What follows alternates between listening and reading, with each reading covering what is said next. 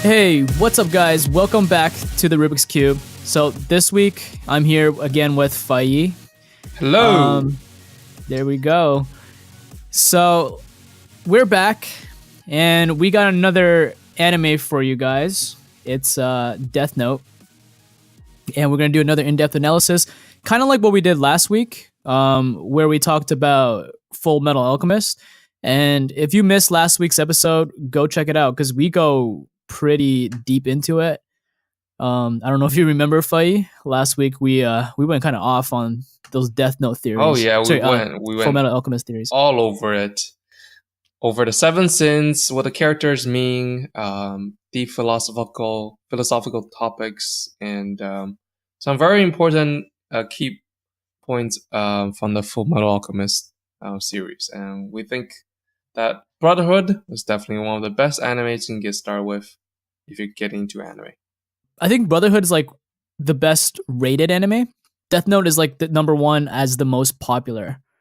Like, it's not rated the highest as in terms of like critical ratings and what critics say, but it's the most popular one. Like, most people, when they start anime or they're recommended an anime by their friend, they watch Death Note because it's just so well done. Like the story, the animation, and what makes it really good is the characters, right? Mm-hmm. Yeah. So before we get into it, if you're not familiar with like what kind of stuff that we do and what the layout of our podcast is, essentially for these in-depth analysis, we kind of assume that you guys have already seen the anime, right? And then we kind of talk about like some of the deeper theories, some of the deeper meanings, and the background behind those animes. So if you want to get like kind of used to what we're talking about, go back one episode, check out the Full Metal Alchemist one. For sure, before you start this, or even better, go watch Death Note before you start this episode. Okay, Exactly. but before we get into it, we have some anime news for this week. That's what we typically do. We start off the episode with a couple of news or this season's recommendations. So here we go. Welcome to Anime News with the Rubik's Cube. What's up, guys? It's your boy Bowen. Hey guys, so first up, we got Attack on Titans. Sorry, on my notes, I wrote Attack on Tits. So when I read it, I said Attack on Tits is out again. What I meant to say was Attack on Titan is out again. And it came out, first episode for this new season came out a couple of days ago. It picked up right where I left off. And I don't know. I feel like the story is progressing kind of slow. Again, I don't know the ending because I haven't read the manga. I know Faye has, and he knows. Well, I have read a manga, and I can tell you the ending was a little bit anticlimactic. Oh, don't say that. That made me kind of not like really looking forward to Attack on Titan. Like how at the beginning, I was like, "Oh, Attack on Titan again!" before, and then now it's like, okay, well, let's just continue on. Okay. I haven't watched it yet. All right. Okay. I think you would like it if you didn't know the ending. Okay, that's good. If you knew the ending, then you wouldn't. I think like how far off are we from the ending? Like this new season where it picked up. I think you should be able to finish this whole whole Attack on Titan series in this season. Oh wow. Okay, well, there you have it, guys. Check out this season for the finale. Let us know at the end of it if it's anticlimactic or if exactly how you expected. I don't know, and I'll find out with you guys, I guess. Next up, we have one of our season recommendations, and it's an anime crossover. In fact, it's Isekai Quartet. Okay, this is just kind of for you Isekai anime nerds, you guys who are crazy about it. So it basically takes the crews of ReZero, Overlord, Konosuba, and the saga of Tanya the Evil. Like almost all of Faye's favorite animes. It is. It's all my favorite ones. And yeah, and then they put it all into the same world, basically. Oh my god.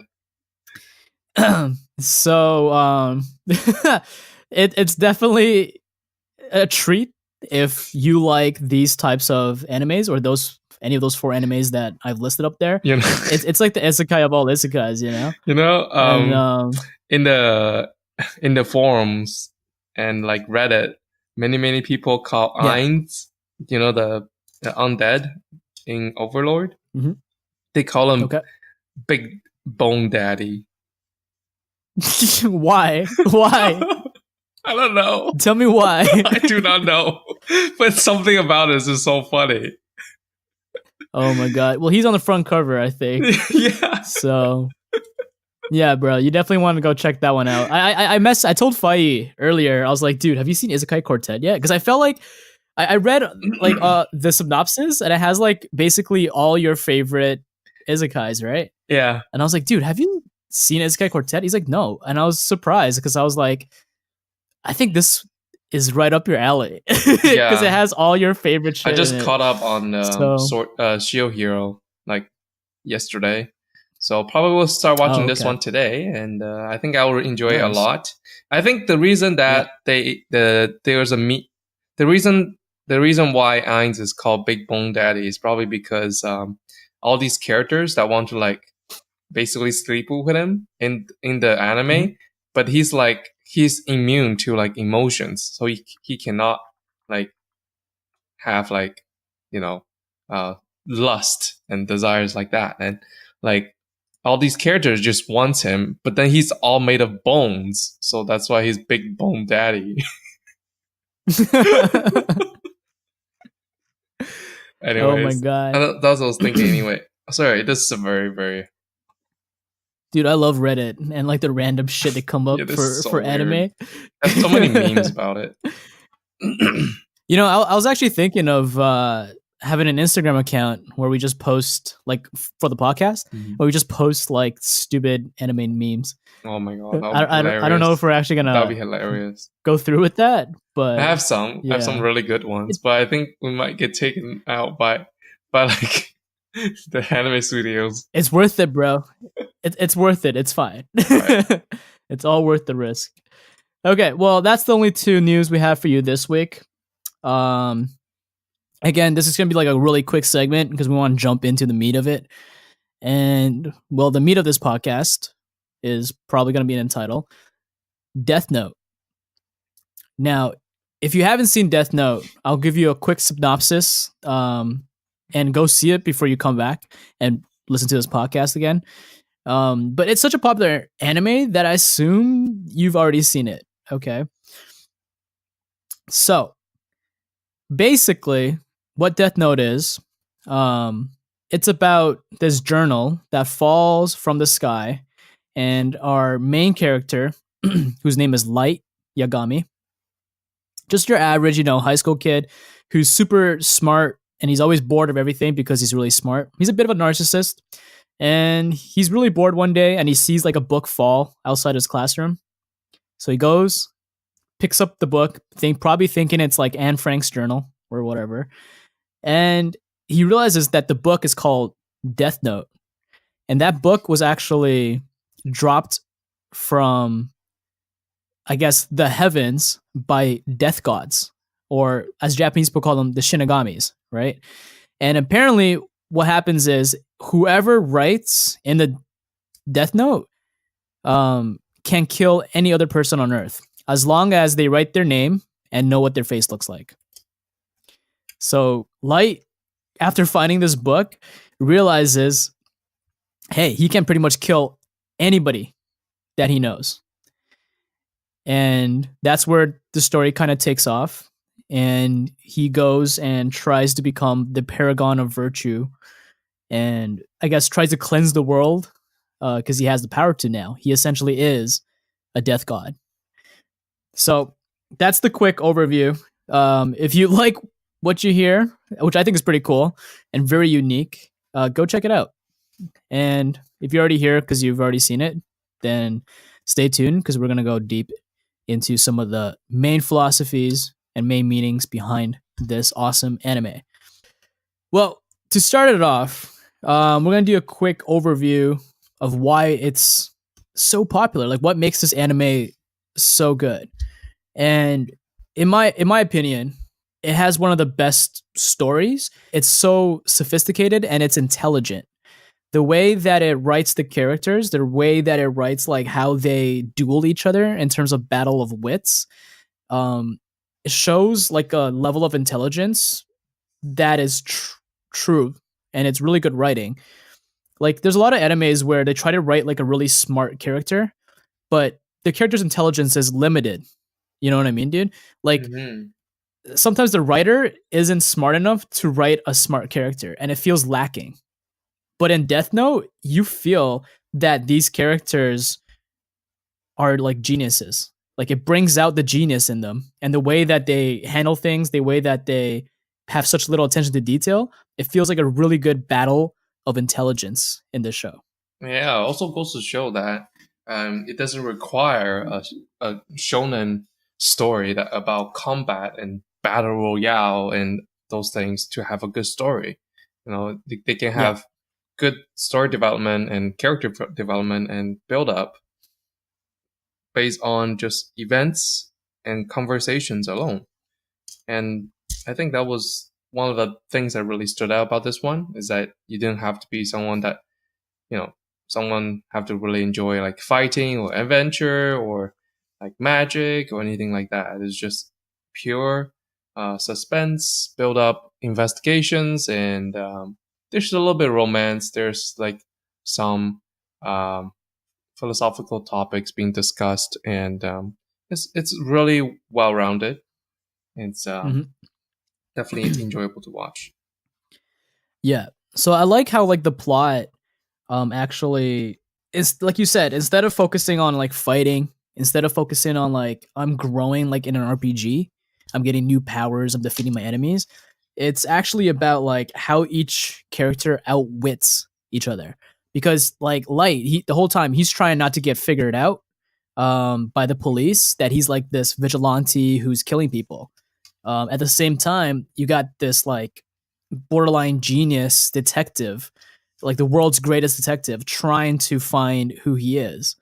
And these two guys, like the way they set up traps, they scheme and plot against each other. It feels very very well done. It feels like the whole show is an intricate chess game between like uh those two characters.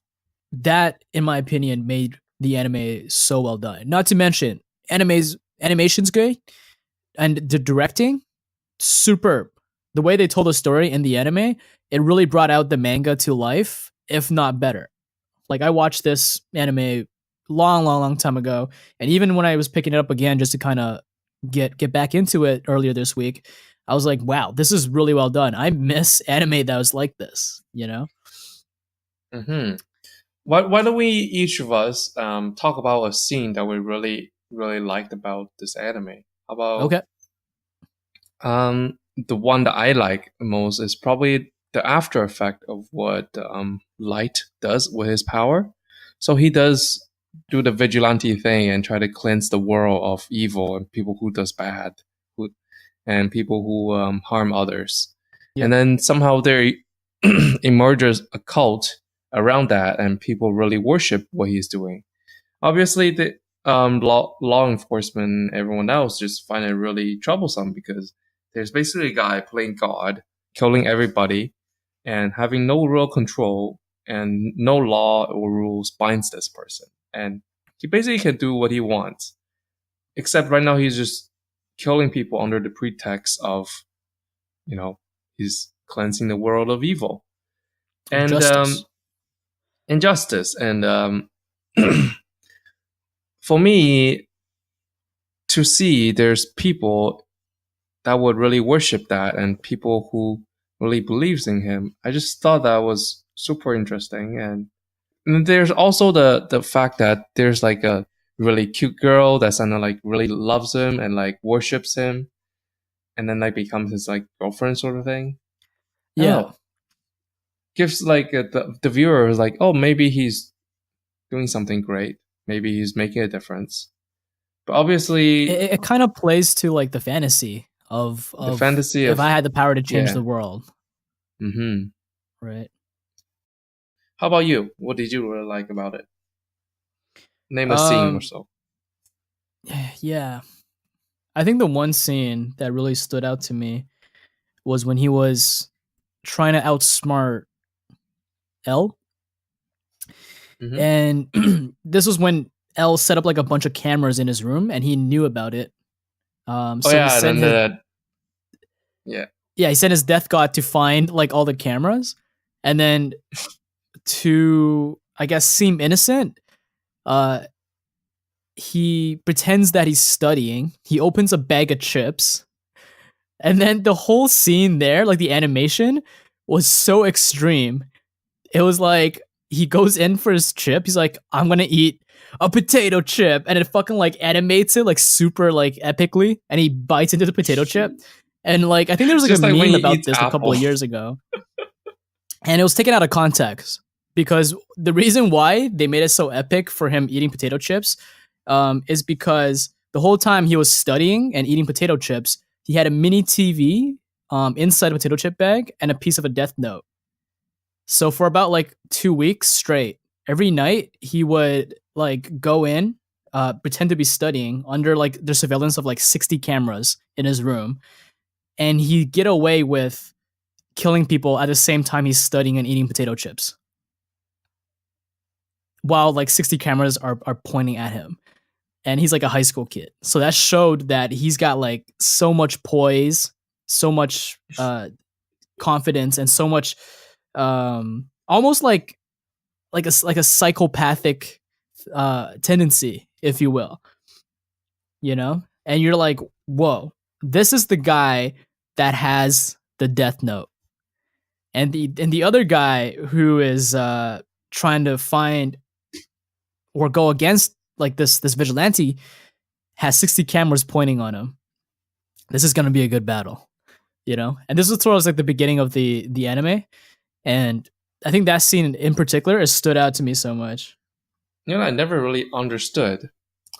Well, I didn't think it was as clear to me as the other ones.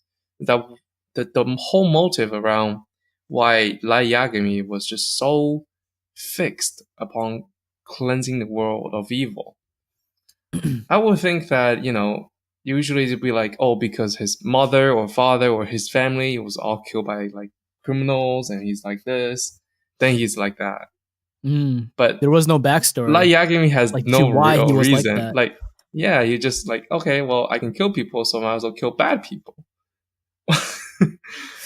So there's actually a thing where some guy on YouTube did a like the Myers Briggs personality test on each Hmm. of the characters in Death Note. So he broke down like what their personalities are, and and it turns out like essentially, uh, Light is like this. He's not a psychopath per se, but he has a very strong narcissistic complex. So he already thinks that he's like the best, smartest guy ever. And when you Hmm. give people like this power, you see how it transpires. So the reason why this show is so great is because how well and how deep the character writing was. So the characters essentially each have like their own archetype, and it's done so well and so deeply that people can actually do personality tests on them. I haven't seen like that deep of character analysis in a long time, right? Yeah. Basically, each person has their own personality. He throws them into like this world. He throws in a death note. It almost seems like the story just unravels naturally. Like if Hmm. it was so relatable to reality. It's like it's almost as if you knew a person with a personality as Light, this is probably what he will do, right? A lot of times in like shonen animes, you see people's personalities are almost kind of unbelievable. Like Luffy, for example, like he's a cool character, people love him, but you just don't see these kind of people in real life, right? No Yeah. one's 100% black or white, and that's what Light is. He's not black or white. He's human, and he's gifted, he's smart, but he has his flaws, right? And his flaws are his narcissistic tendencies, which makes him want to play God. He wants to be the judger. He wants to change the world and become a tyrant because he recognizes that whoever controls the power of justice is also who controls everybody. Hmm. You know, Interesting. yeah, I don't know. Like for the characters, I don't know if you like them as much as I did, dude. But like, who do you think like was your favorite character in Death Note? I'm just curious. For me, it was actually probably Yeah, Light Yagami's girlfriend. dude, really nice. You know why? Because I just found her persistent to love Yagami so cute. Yeah, like a I can girl see who's that. willing I to can do see so that. much for someone that she loves. I don't know if she actually loves him, or is it like I don't think she loves him for who he is, but like loves him for the whole idea of what he's doing. I don't know. What do you think? Yeah, exactly. I'm just really I'm really trad by these kind of stuff. Like, oh, if a girl really is dedicated to a guy, I'm really like all for that and stuff. Um, Hmm. yeah, that's the kind of character I really like enjoy. So like, what about the fact that okay? So I'll talk a little bit about like the video I saw on a personality. So they say that Light is an INTP, Okay. so it's an introverted thinking type. Okay. And that girl, like, what's her name, Myra? Um, she is an ENFP, so an extroverted feeling type, the total opposite of him, Yeah. essentially. Sorry, Light is INTJ. My bad. So he's a judgment type, and because like he's actually like the introverted kind of thinker, he plans everything out. And I'm Maya or Mira, whatever her name is. She's more like the I'll act emotionally. I'll act based on my passion, my love, right? How I feel. That Light was actually taking advantage of that and manipulating her the entire time. Now, how about L? Who was he the opposite of him, or is it very similar? No, L is INTP. Sorry. So uh, Light is INTJ, and then L is INTP, which is what I want to point out. G. The only difference between them is judgment versus passion. And that's what separates these two people apart, is because when Light has the power, he chose to be the judger. He chose to judge people and he chose to kill them. Whereas I think, yeah, whereas L, the whole time what he was doing it for passion, which is P. He was doing it because he enjoys solving crimes. He only picks the crimes that he wants to solve. Yeah. He's doing it because it's fun. He's not doing it for justice. He's not doing it for whatever. He just wants to have fun. So that's really interesting because they're both introverted thinking types and intuitive. One has one But reason, the other has the another only reason. reason why they're so fucking against each other and instead of working together is that last letter. It's judgment versus passion. Yeah. But yeah, like, how do you feel about the girl being used by Light? Result versus reason, basically, because once they just want the result, and the other one wants doing it for the reason. Okay. Yeah, like one needs to have like this overall, I guess, goal. The other person just doing it because it's fun. They enjoy doing it. And actually, for all those Death Note fans out there, I'm pretty sure you already know this, but after the anime was done and after the manga was done, the author came out with a one shot. Oh. It's like chapter 109. And the one shot, essentially, people are thinking that Kira's back because someone's dying. But then the biggest part was when Nier was talking about L in the past and basically said L told him the whole reason why he's doing everything is not for justice. It's not because I want to catch bad guys or whatever reason there is. I'm doing it because I like solving puzzles. That's it. I only accept cases that I'm interested in. So the whole time he wasn't doing it to save the world. He wasn't doing it for justice. He just thought it was fun to catch Kira. Well, I think that brings us into like the first key element into Death Note, which is the philosophy of justice. Hmm. right? Uh, Apart from the great plot, battle of wits, all that, the overlying theme that's really prominent is justice, because it talks about how one person with the power to judge people and kill them brings his idea of justice into the world. Hey, isn't it like feudalism? It is. It's funny you bring that up, because it's funny because like, even though Light is like so intelligent, he's so sophisticated and whatnot, he's actually very very um superficial. So despite his intelligence, his whatever, what he lacks is a certain sophistication to make him a good ruler. And you see that because his approach to justice is extremely biblical. It's very conservative, it's very old school. It's just kill all the bad guys and leave the good guys alone. It's very black and white, right? And because of that, it shows that he has very good reasoning, he has very good logic, and he's very intelligent, but he doesn't have the sophistication and the deeper profundity to come up with a way that can tackle justice, really.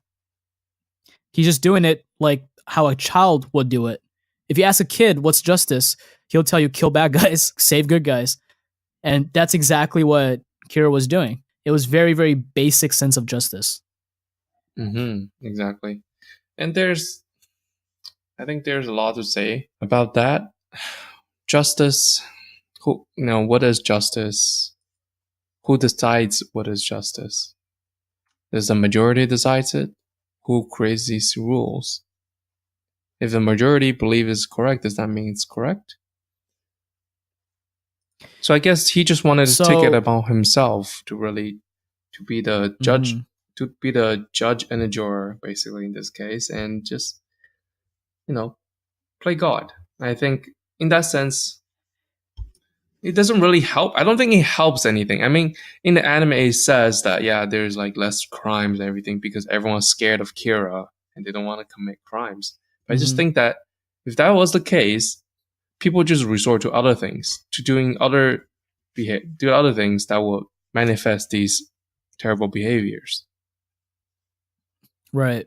Like, and not just that. When you talk about justice and you get deep, what, like, you start asking what is justified and who is our judge, right? Like, me and you, we can have different ideas of what justice is, and there's stuff that you can't decide. For example, wars. If I say people who start the war, like the president, is guilty of killing people or death, but you say it's to protect your own country, so you shouldn't be guilty. It should be the soldiers or whatever. Like, I'm just saying, for example, right? That is a conflict of justice, right? So in the end, justice is a human-made concept, and like every single human-made concept ever, it's not infallible. There's loopholes, there's mistakes, and there's non-consistencies. So in the end, we ask ourselves, what is justice then? Right? And here's my theory. Justice is simply whoever has power. I think justice and power come hand in hand. Like, for example, let's say you have two guys in a room, right? You have a good guy and you have a bad guy. Between those two guys, who survives? It's whoever is stronger, whoever can kill each other first, right? Now you have two good guys in a room and one bad guy. Who survives? It's if those two good guys decide that the bad guy, whatever he does, is punishable, those two good guys will kill the bad guy. Why? Because they are the majority now. They have the power to decide that person's fate. So whoever controls the power to decide your fate is the person who tells you or determines what is justice. That's what it is in reality. It doesn't matter if you philosophize, if you try to figure out what is justice. Essentially, whoever decides what is justice is whoever has the power.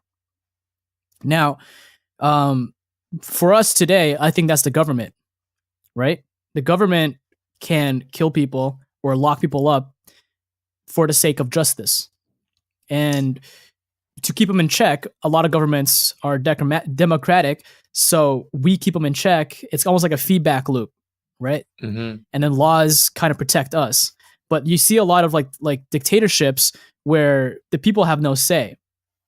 So the justice system is beneficial only for, or mostly for, the person in power. Rules are created by a group of individuals. Yeah, whoever has the ability to determine your fate or judge you is the person who passes the justice or determines what is the contract Mm-hmm. of justice, right? Um, so even though like that's very, I think it's very sad, but it's the truth, and you see that in this anime where Kira and his ability to kill people, ability to scare people, and dominate people is what makes him think that he has the ability to pass justice. Right? Mm-hmm. If he And didn't even have that in the power, anime, I he think they wouldn't. even made that clear. Like you think the United States or something, they they gave up to Kira. They fall into his request. Yeah, exactly. Yeah, because he threatened the American government that he's gonna kill them off. So therefore, they had to adopt his ways, his rules. Mm-hmm. That was crazy. Fight. What do you think about that? I think justice and power goes hand in hand, and I think that's correct. I mean, ever since our primal days, the person who decides who die or not, it's not even about justice anymore. If they just believe it's correct, whoever wields power gets to decide someone's fate. That's just what it is.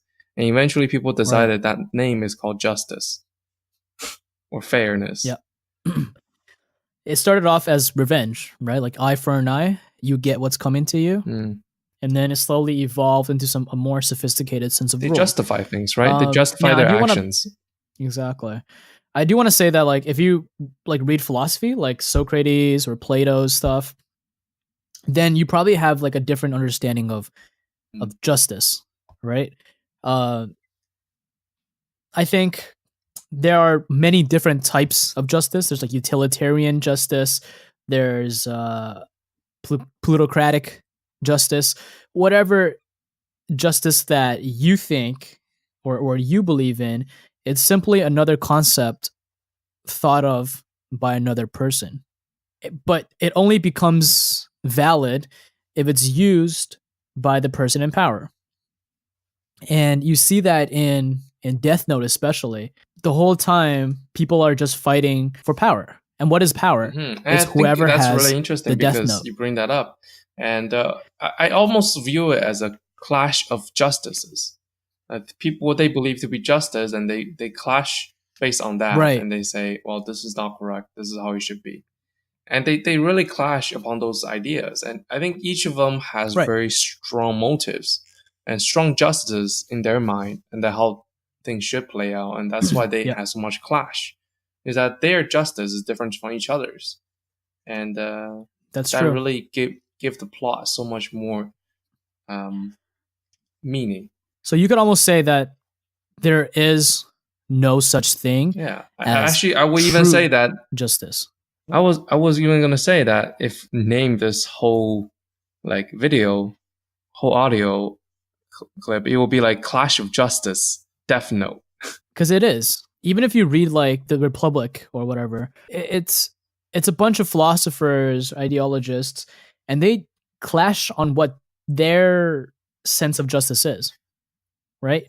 The whole conversation, the whole analog is them talking about what is justice and debating about it. And this entire anime is a reflection of that, where they talk about what each person's kind of sense of justice is, or perhaps not even justice, just You know what? passion is If you and how look they at conflict the in second, this world. basically the second arc of the story, Light versus Near versus what is the other person's name? Yeah. Um, Mole or M something, Mole? M, N, and L. But anyways, the three of them represent M their something, three yeah. different branches. If you realize, Light represents sort of feudalism, Near represents a democratic society because they're working together with everyone else, and then Near represents Mhm. almost like Okay. a society based on violence and gangs. So it's like a maybe almost like autocratic. I don't know. It's very different different approaches. M, Wait, yeah, you mean M? not Near. Yeah, Not yeah, but Near. he M's was the the one that joins the mafia boss, mafia. and that's how he felt his approach to solving this problem was. And Near Yeah. was like, "Oh, let's work together." And then Yeah. Light's like, So what do you "Well, think? I'm Yeah. all about myself." You know, it's Uh-huh. three very different approaches to this power. You're right. One is an autonomy. So it's Hmm. like I'm hands off, completely hands off. Another one is like you said, one is very like Hmm. dictatorial, autocratic almost, and one is democratic. And then you have Kira, who's like Typical biblical, like biblical very feudalism, basically, Babylonian, and old like school. believe he is the god king. You know, like in history, there's all the kings that names themselves God King. Hmm. They kind of put all the power on themselves and all the rights. Everything is right. They're chosen by God. Right, right, They're chosen by God to judge the people. Right. And I think I think it's super interesting that they had these like right. different representations and they clash with each other. That. Yeah. And I really liked how it ended. Like how Light was defeated was because his death note was taken by Nier. So it showed that he wasn't chosen. He simply had power in his hands. And every single person's value of justice means nothing unless you have the death note, Exactly. which is the source of power. So in the end, it doesn't even matter who's right and who's wrong. It's whoever has the power. Now, that's why I'm saying there is no true such thing as true justice, because justice, to find it, is an Find power. everlasting journey, right? Like no one ever has a conclusion about what is justice. So the whole show, everybody's searching for justice, and it's just like you said, it's a battle of justice. But who wins? Like I don't think there is a winner, and like that's what's so cool about Death Note, because everything that's this guy writes is realistic, right? Your characters, they're neither good or bad. They just simply are people. The world, the way it kind of like the plot and everything, it's also like reality. Everything that he talks about is so in tune with reality. Like you can actually see this happening in real life if the Death Note got dropped on Earth, because there's so much gray areas, and that's what justice is. Justice, life, philosophy, all of that, it's all gray areas. And this entire Death Exactly. Note has so many great areas. It's the journey that counts, right? Not the end. How about Hmm. a final Okay. idea of like Well, I when he mean, died, he didn't die because Nier or anyone. It's because the Shinigami killed him. What do you think the author was? But yeah, yeah, but he even if he lost. lost, I just thought it was so interesting that a Shinigami chose to kill him instead. I don't know. It's just Why is because that Shinigami interesting? represents death. And instead Right. of someone shooting him and killing him, the author and director chose to have, the Shinigami kill him. Have God kill Maybe him? they're trying to say that only one can really judge is God and not anyone else. I don't know. What do you think about that? Is it just, you think just a coincidence, or is there should be a deeper I meaning in it? I don't. That's a good one. I don't think that the author is trying to say that only God can judge. I don't think that what he's trying to say, because it's You not notice that there in the Ryuk entire anime. only killed one person in the entire series, and that was Light, right? Whoa, I did not know that. That is interesting. And like Ryu killed him, and like they had no loyalty. Like they weren't close like the girl and her death god. Because her death god, to save her life, sacrificed herself. And whereas Ryu saw everything unfolding and then killed him. He was just watching for fun. He has no attachments to any of these people. I think Ryu is kind of like, well, he's the one that like wanted to, because he was so bored up there. He was the one that kind of put things into motion, and he kind of wanted to see it unfold. He was almost like an unbiased scientist, like just experimenting with the world. And I guess when his lab experiment failed, he was like, all right, you're done. He throws it away. I think it's to signify that Kira or Light doesn't mean shit. Yeah, like he did all of that, and then he could be easily killed just with a pen and quill. I mean, quill and book. That's it. It just felt like that made it like everything he did so meaningless in a sense. But that's the point.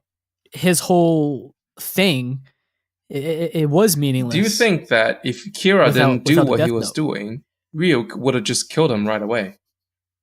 If when? Like, what do you mean? Here, Light Yagami didn't do anything with Death Note. So here's something. Here's a bit of a tidbit.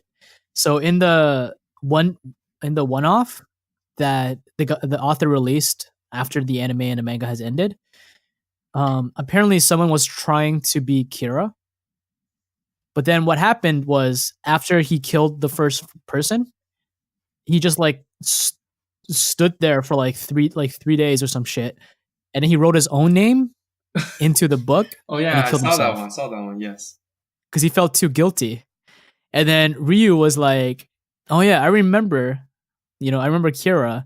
He said that you need someone with a lot of mental fortitude and have the balls to do this, to change the world."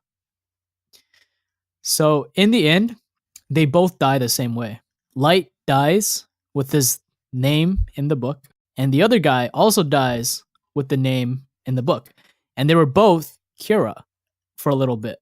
So I guess I think what it's trying to say is that no matter what you do, whether you're Light or you're that guy who killed himself after killing one person, at the end of the day, you're gonna die.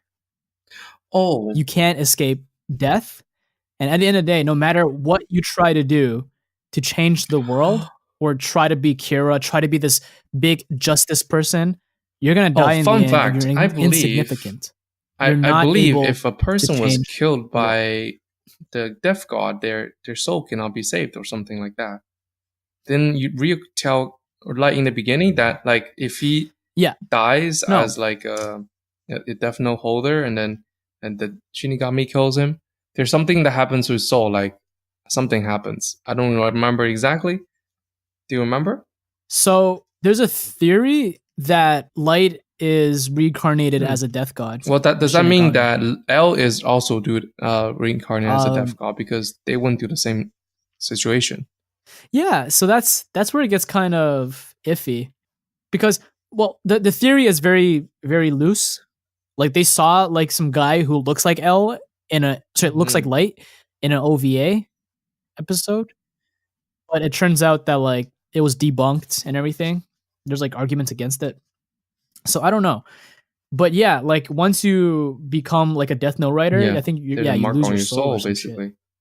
I honestly think that if Light Yagami didn't do what he was doing and made it interesting, I think Ryuk would have just killed him and then moved on and just gave the notebook to another person, until he made it fun for him. Well, I don't know, how do you not make it interesting? Like he was so bored that he just wanted to see what a human would do. If you gave it to me, I would have been one of the boring person, or just, I think and we can really talk about that. Yeah, let's talk about what we would do if we had the fucking Death Note. Special segment. Owen, what would you do? That's a really good question. You know You me, want to I'm go gonna do first? some really petty shit with that death note. I use it to threaten people for money. Say it. I don't know. No, no judgment here.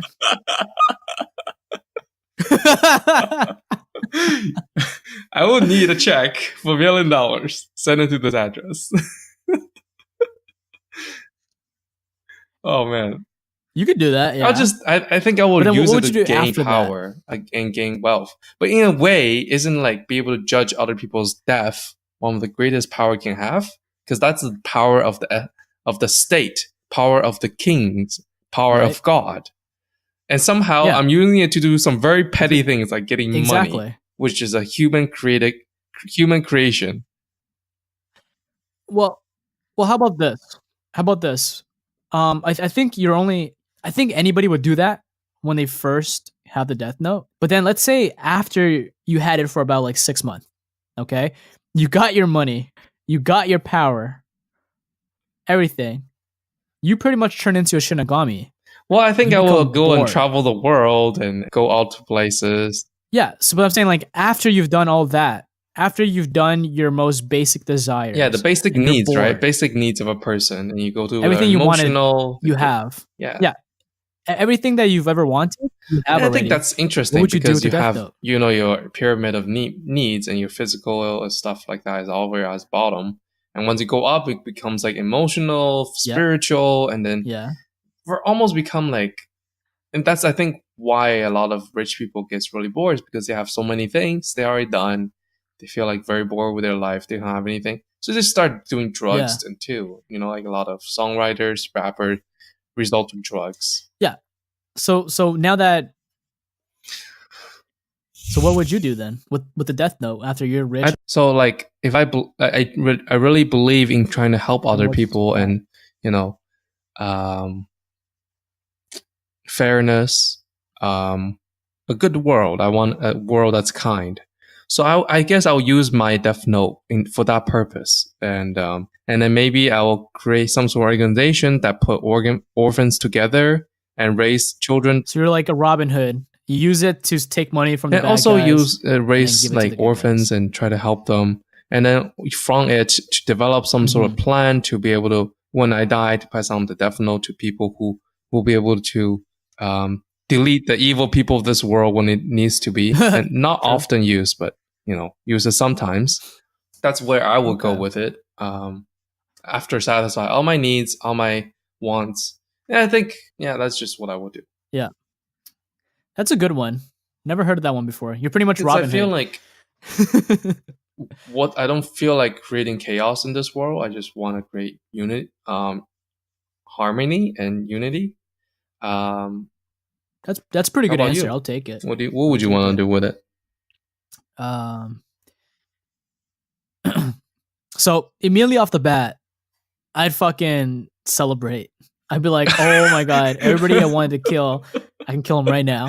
That bitch took my whatever thing in high school. She's gonna get it. She never Motherfucker took my returned pen. it to me. She did. Yeah, no, because I like I was telling you earlier, I was watching like a basketball game earlier, and I was like, oh my god, like these refs are fucking terrible. Like they're so rigged, and they need to be punished, like somehow.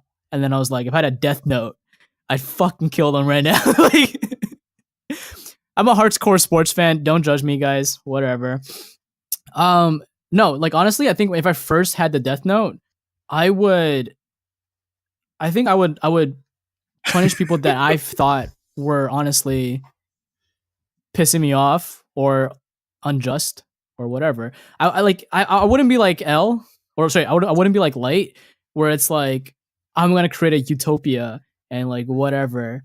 I'm just gonna kill people, bro. The investigator is like, what I'm the just gonna hell? be This like, one's what? Like the depths have no connection to each other. Just so Yeah. like bizarre. This guy looked at me funny. He's dead. No, not like a serial killer. Not like a serial killer. I mean, like just there's a school of thought of justice where you cure injustice as you find it. You don't say this is how I'm gonna fix injustice with like a blanket statement. When you see injustice, then you tackle that scenario by itself. So you treat every scenario uniquely and almost as if it's like an isolated circumstance. Because it's so hard to treat like everything with one rule, which is what Yeah. Kira did, right? He said, "You're good. You stay alive. You're bad. I'm gonna kill you." For me, it would be as they come up, I'll deal with it based on what that situation is. I think that's what I would do at first. Like if there's an injustice that comes out, like for example, someone's corrupt, someone is abusing their power, I teach them a lesson. I think that's what I would do from the beginning. Cause yeah, I don't know, cause like I've seen a lot of that when I was growing up, and I've always wanted to be like, why don't these people get caught? Why don't these people get punished? Why do all these bad guys get away with these things? You know, so that's probably what I would do. I don't know, but then moving on, like thinking big and like beyond all that stuff, I probably start my own government, dude. I start my own country with my own rules. That's You're going to become king, so everyone's going to know that you have the death note. Yeah, like I wouldn't do it to take over a country or whatever. I'd be like, okay, here's my rules. If you agree with it, you can come live with me. If you don't like it, don't come. I think that's fair. I'm not gonna impose my rules. So what if they join you, and but then only if people who choose when they join to you after a while they infringe on those rules? Yeah, they break the rules. Well, I'll deal with it as they come up. Maybe I don't know. You touch her ass, die. But I think no. If they do break the rules, they die. Yeah, you looked at her funny. Yeah, they die if they break the rules, right? Like you still have to codify something. If you got 10 million people living in your country, you got to codify a system, right? I don't know what the system is yet because you need like probably years to codify that system. But in the end, like even if you codify that kind of system, over time, people are gonna find ways to find loopholes to get around it. Yeah. And it's never going to be perfect. Right. So you have to kind of tackle the situations as they come up. And even then, it's so hard to be like, I want you all to believe my sense of justice. That's like kind of imposing on people, right? To follow my rules. So I think like maybe I'll have like a very simple set of rules because I don't care if it's anarchy. I've never cared if it's order or anarchy, dude. I think people should just live freely. So I'll have very few rules. And if you follow those rules, do whatever you want. You break them, then you die. Like I'm not here to make the perfect world. I'm here to make a world that I think is easy to live in or that I think would be fun to live in and you just live in it. Right? I'm not saying that I'm here to create a perfect utopia of justice. I'm not searching for that. I'm just saying this is my rules. You can come chill with me or not. It's up to you. Interesting. Yeah. So there's no good or bad. And I was thinking about it when we were talking.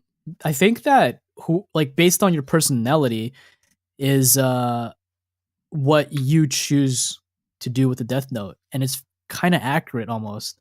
Yeah, because the Death Note amplifies your ability to achieve your justice and your beliefs.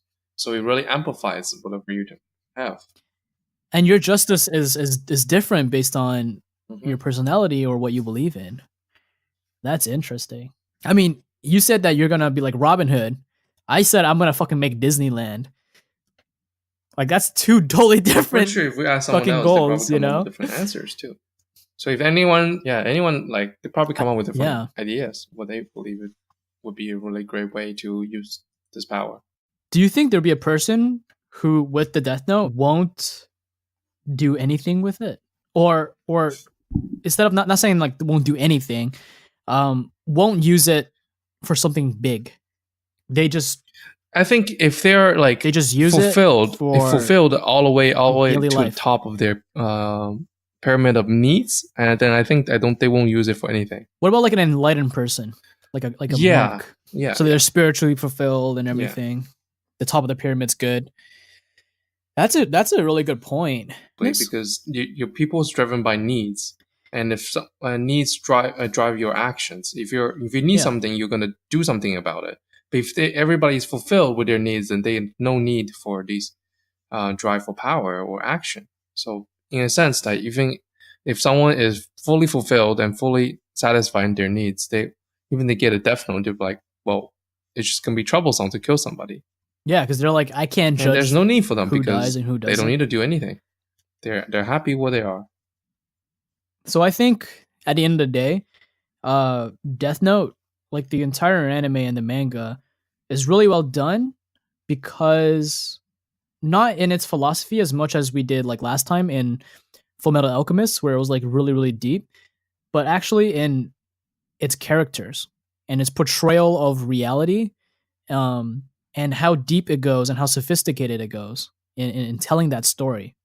It almost feels like, the amount of detail, like say Game of Thrones has on each of its characters, the plot and how it turns out. It's very intelligent. But the philosophy behind it, the question of justice, there is no moral, there is no answer, there is no deeper meaning. It's just a question that's left for the viewers and a question that we've been all wondering for centuries.